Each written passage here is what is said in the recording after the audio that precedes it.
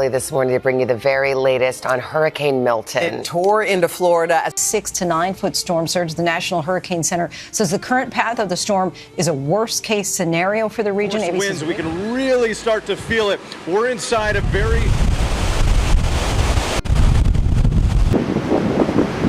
Hurricane Helene, which made landfall on September 26, 2024, as a Category 4 storm, left a devastating mark across the southeastern United States. The hurricane's path of destruction extended from Florida to the Appalachian regions, with severe impacts felt in western North Carolina. As the storm progressed, it wreaked havoc on infrastructure, homes, and communities, leading to a tragic death toll and ongoing recovery challenges. In this video, we'll take a look at the damage and the current status.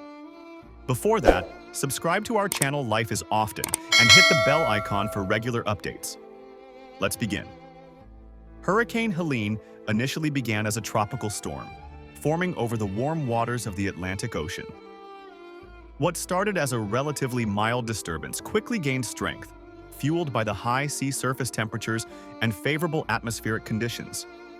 In a matter of days, Helene developed into a full-fledged hurricane, reaching Category 3 status at its peak, with wind speeds exceeding 120 miles per hour.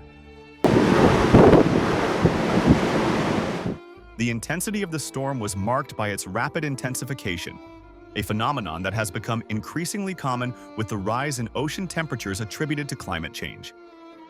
As the storm moved westward, meteorologists closely monitored its path, providing forecasts that warned of potential landfall. Fortunately, Helene's trajectory shifted, sparing densely populated areas from a direct hit. However, this did not mean that the hurricane's effects were insignificant. The immediate aftermath of Hurricane Helene was characterized by widespread flooding and destruction. Reports indicate that the storm caused at least 227 fatalities across 6 states, with North Carolina accounting for approximately half of these deaths. As with many hurricanes, the combination of heavy rain and storm surge resulted in rivers overflowing, low-lying areas being submerged, and coastal regions facing the brunt of the rising waters. In some areas, the rainfall totals reached over 20 inches, overwhelming local drainage systems and causing flash floods that inundated homes, businesses, and roads. In particular, rural areas that lacked adequate flood defenses suffered extensive damage, with entire neighborhoods being submerged under several feet of water. The situation was exacerbated by communication failures. Many residents found themselves cut off from emergency services due to downed power lines and damaged cellular networks. The flooding was exacerbated by the storm surge, which in some places pushed water levels 10 to 15 feet above normal. This wall of water, driven by the hurricane's strong winds, swept inland, washing away coastal properties, eroding beaches, and damaging vital infrastructure like bridges and power lines. In some communities, the surge destroyed seawalls that were meant to protect against such events, leaving homes and businesses exposed to the full force of the storm. The aftermath of the storm surge was visible in the debris that littered the shorelines, remnants of homes, vehicles, and personal belongings that had been carried away by the waves. The destruction was described as total devastation. Roads were washed away or blocked by landslides, complicating rescue operations and hindering access to essential supplies like food and clean water. Governor Roy Cooper emphasized the unprecedented nature of the storm's impact on the region's infrastructure, estimating that recovery efforts would require billions of dollars. The state faced significant challenges in restoring transportation routes and ensuring safe drinking water for residents. As search and rescue operations continued, officials reported that hundreds remained unaccounted for. The grim task of recovering bodies was ongoing, with rescue teams facing daunting conditions in rugged terrains. The emotional toll on families was palpable, as many waited anxiously for news about missing loved ones. In addition to the human cost, agricultural losses were substantial. Crops were destroyed in several states, further straining local economies already affected by pre-existing challenges. Agriculture also took a heavy hit, with crops being destroyed by the wind and floodwaters. In some areas, farmers lost entire harvests, which could have ripple effects on food prices and supply chains. The combination of immediate destruction and long-term economic impacts makes recovery a daunting task for many of the regions affected by Helene. In response to the disaster, President Biden visited affected areas and announced federal assistance initiatives.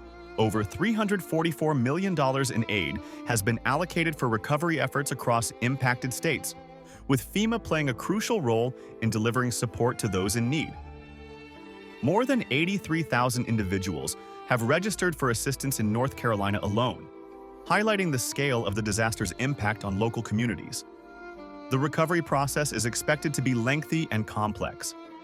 Emergency services are stretched thin as they work to restore power to over 970,000 customers still without electricity nearly 2 weeks after the storm.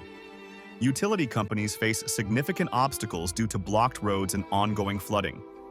The Federal Highway Administration has announced emergency funding aimed at restoring vital transportation systems in North Carolina and neighboring states.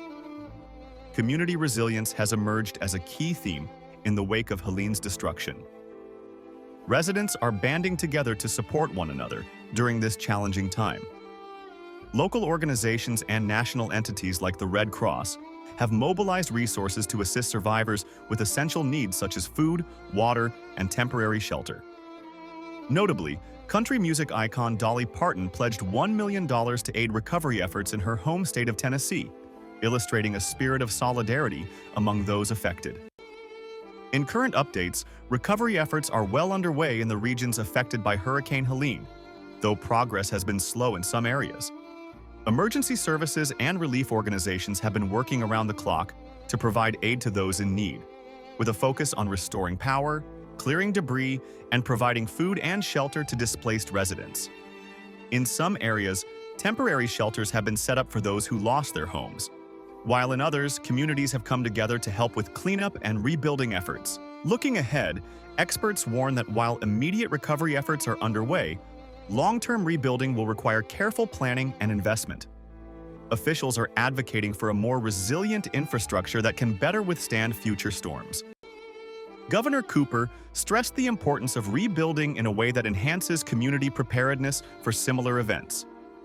As communities continue to grapple with the aftermath of Hurricane Helene, attention is also turning toward Hurricane Milton, which is anticipated to make landfall soon. Preparations are being ramped up across Florida as officials brace for potential impacts from this new storm while simultaneously managing ongoing recovery efforts from Helene. Hurricane Helene has left an indelible mark on the southeastern United States. The combination of loss of life, widespread destruction of property and infrastructure, and long-term economic impacts presents formidable challenges for affected regions. As recovery efforts progress amidst ongoing threats from new storms, collaboration among federal agencies, state governments, local organizations, and communities will be crucial in navigating this difficult period and building a more resilient future. That's all for today's video. I hope you liked the video. Subscribe and hit the bell icon for more updates. Thanks for watching.